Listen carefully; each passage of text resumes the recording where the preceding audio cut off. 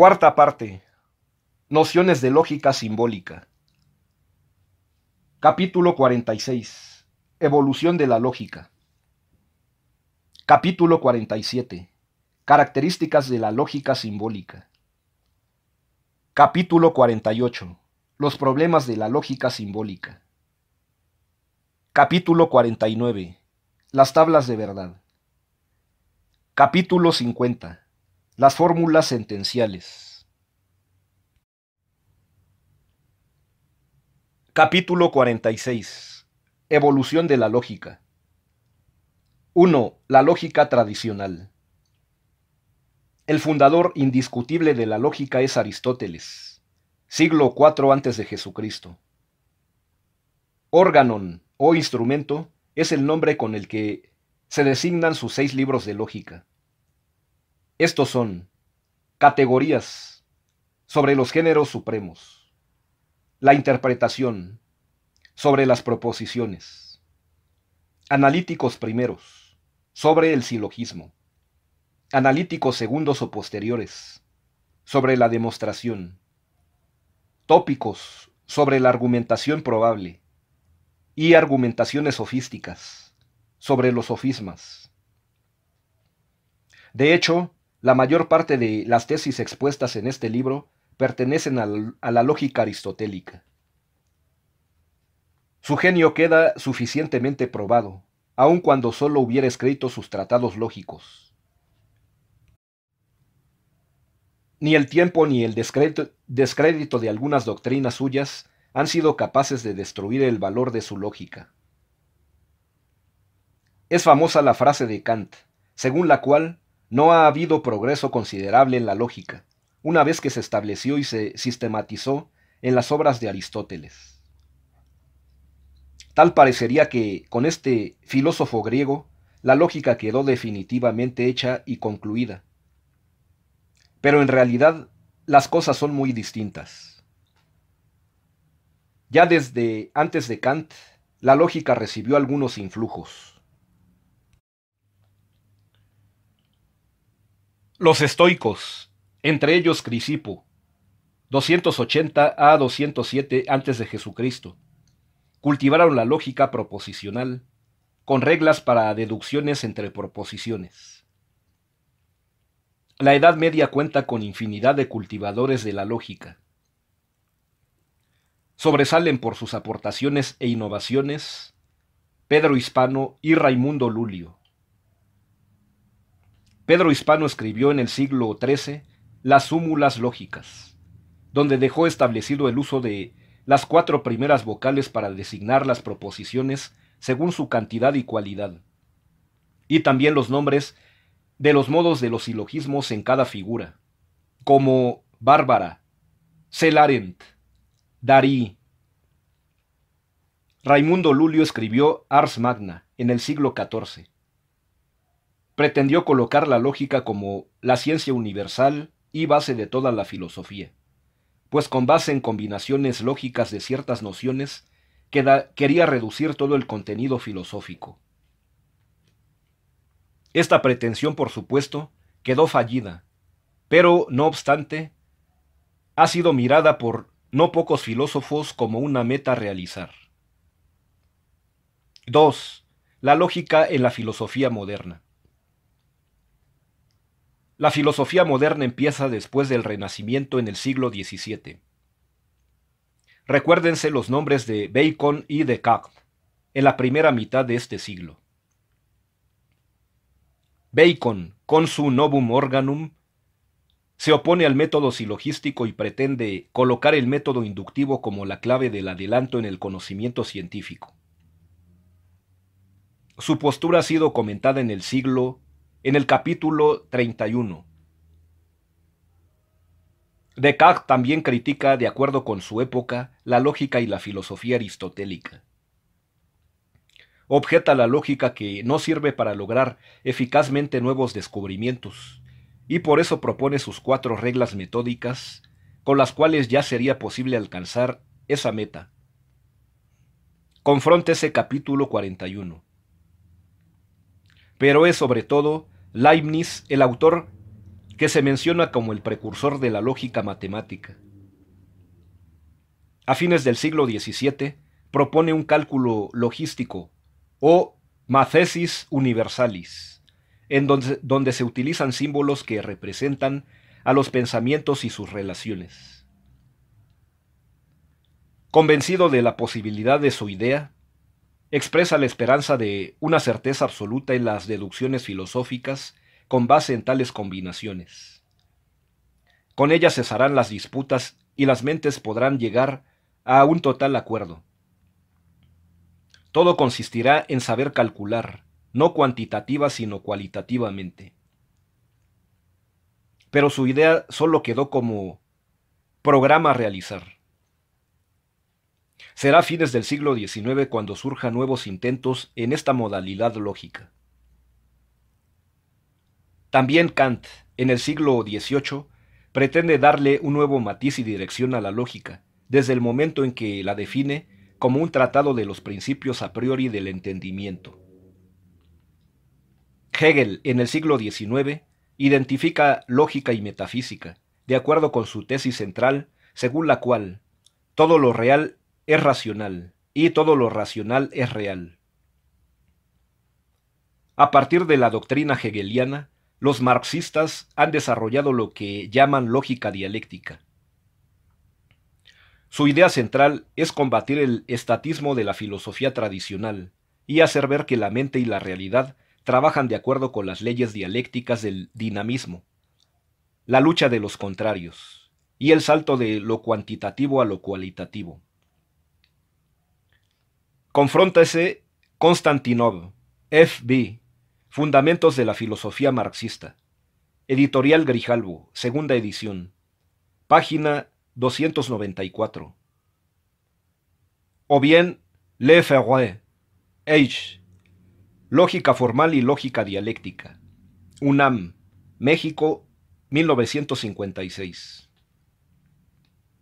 Por otro lado, pero también durante el siglo pasado, John Stuart Mill se inclina otra vez por el método inductivo, rechaza la deducción silogística.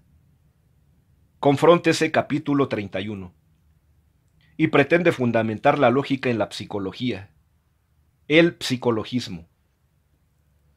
Afortunadamente, el psicologismo ha quedado refutado para siempre en las investigaciones lógicas de Husserl, siglo XX. 3. El origen de la lógica simbólica. Se mencionan 4 nombres sobresalientes en los orígenes de la moderna lógica simbólica, también llamada lógica matemática o logística. Tales son Bohr, Frege, Peano y Russell. Desde mediados del siglo XIX, las investigaciones matemáticas hicieron ver la posibilidad de una aplicación de sus métodos al terreno de la lógica. Poco a poco se fue ampliando esta ciencia auxiliada por un lenguaje simbólico semejante al de las matemáticas, no del todo uniforme aún hoy. De ahí su nombre. Sin embargo, la lógica matemática no trata de cantidades o de números, sino de procesos deductivos o cálculo, aplicables tanto a las matemáticas como a cualquier otro terreno científico. Este prescindir del contenido de tales procesos para insistir en la estructura del pensamiento y en sus reglas deductivas es lo que se llama formalismo en la lógica, y es justamente el lazo de unión con la lógica aristotélica. En opinión de algunos, la moderna lógica simbólica se relaciona con la lógica tradicional de un modo paralelo al álgebra con respecto a la aritmética. No es, pues, un rechazo de las tesis aristotélicas, sino una ampliación y profundización gracias a un lenguaje o simbolismo mucho más riguroso. Tanto es así que las investigaciones del siglo XX han virado con respecto a las del siglo XIX. Si antes los métodos matemáticos se utilizaron en el terreno de la lógica, ahora es al revés. Los métodos de la lógica o logística se emplean para desarrollar, fundamentar y criticar a las matemáticas. Brevemente, se pueden resumir las principales aportaciones de los autores de la lógica simbólica. A. George Boole, 1815 a 1864. Publica en 1847 su análisis matemático de la lógica. Adopta en sus cálculos lógicos el punto de vista de la extensión en lugar del punto de vista de la comprensión. Es decir, trata las relaciones entre clases en lugar de relaciones entre esencias y sus propiedades. Sin embargo, sus procedimientos no están ligados necesariamente a las cantidades, pues son formales e independientes de la interpretación o contenido que se les dé a sus símbolos, los cuales, eso sí, están tomados del álgebra y de la aritmética. En una palabra, extiende el proceso general del cálculo matemático al terreno de la lógica, y realiza de esta manera lo que solo había quedado como proyecto en las obras de Leibniz con más de un siglo de antelación. B. Otro inglés, W. S. Jevons, 1835 a 1882. Escribe su lógica pura o lógica de la cualidad, y no de la cantidad, donde estudia y critica los trabajos de Boole. Pretende volver al punto de vista de la cualidad o comprensión de las ideas, apartándose del punto de vista de la extensión. Trabaja también en la construcción de una máquina pensante, 1860, con lo cual queda clara su idea de la automatización en los procedimientos deductivos. C. Charles S. Peirce, 1839 a 1914, norteamericano. Contribuye al desarrollo de la lógica matemática en el terreno de las relaciones entre clases. A él se debe el signo de inclusión C, de tal manera que A, inclusión C, quiere decir, todos los individuos contenidos en la clase A también están incluidos en la clase B. Insiste en la axiomatización de la lógica y logra definir los conectores, o signos que indican las operaciones o nexos entre procedimientos, en función de uno solo. También aporta las llamadas tablas de verdad para el cálculo proposicional. Y por último, inicia el giro que en el siglo XX tendrán las nuevas investigaciones. En lugar de considerarse a la lógica como una parte de las matemáticas, ahora serán estas las que se investiguen e integren bajo el punto de vista de la lógica. D. Schroeder, 1841 a 1902. Alemán. Recopiló sistemáticamente el fruto de las investigaciones de su tiempo, finales del siglo XIX, en 3 volúmenes titulados Lecciones sobre el álgebra de la lógica. E. Gottlieb Frege, 1848 a 1925. Alemán. Vuelve al punto de vista intencional de la comprensión o contenido de los conceptos, y funda así la lógica de los predicados. Pero también prolonga las investigaciones anteriores y propone conceptos nuevos como el de la función, variable, valor, verdad, cuantificador. Establece la distinción entre ley o axioma y regla o procedimiento deductivo. De esta manera, el concepto de la axiomatización queda más claro, como distinción de verdades explícitamente aceptadas sin demostración y como base de todas las demás. Pero la aportación más interesante es su punto de vista opuesto al de Boole. Ya no es la lógica una parte de las matemáticas, sino que ésta es la que se somete al método y a la crítica de la lógica.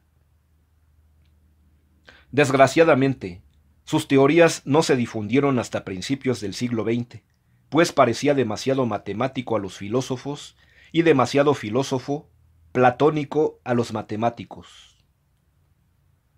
De cualquier manera, estos avances iban colocando la lógica moderna con respecto a la lógica aristotélica en una posición análoga a la que ocupa el álgebra respecto a la aritmética. F. Giuseppe Peano, 1858 a 1932. En su libro Principios de la aritmética, o Arithmetes Principia, publicado en 1889, establece un simbolismo que luego será adoptado por Russell en su Principia Mathematica. Desarrolla y hace notar la importancia de la lógica proposicional, pues anteriormente se cultivaba con referencia a la lógica de clases por su relación con el silogismo. Realiza la axiomatización de la aritmética con base en 3 nociones fundamentales y 5 axiomas. En fin, es un ejemplo de aplicación concreta de la lógica a las matemáticas. Por algo fue el primero que utilizó definitivamente la expresión lógica matemática. G. Bertrand Russell, 1872 a 1970. Con su Principia Mathematica, escrito con la colaboración de Whitehead y publicado en los años 1910 y 1913. Sistematiza y perfecciona los avances de la lógica matemática realizados en el siglo XIX y se aplica al estudio de los fundamentos lógicos de la ciencia matemática. Su obra es considerada como la culminación de toda una etapa en la línea de investigaciones en torno a las relaciones entre la lógica y las matemáticas. Su libro es la obra clásica en esta materia. H. En el siglo XX se cultiva el estudio de los fundamentos lógicos de las matemáticas, la axiomatización de las diversas ramas de esta ciencia. Por Hilbert, 1862 a 1943. Sistematiza la geometría. Las investigaciones metalógicas. La lógica plurivalente. Desarrollada por Lukasiewicz y la teoría de los conjuntos, por Cantor. Esta última ha dado origen a las famosas paradojas lógicas. Confróntese Agassi, la lógica simbólica, Herder, página 120. Que no dejan de poner en situación crítica la fundamentación de las matemáticas y aún de la misma lógica. Para mayores datos históricos puede consultarse Agassi, la lógica simbólica, Herder, Barcelona, 1967. O bien La historia de la lógica formal, de Bochensky.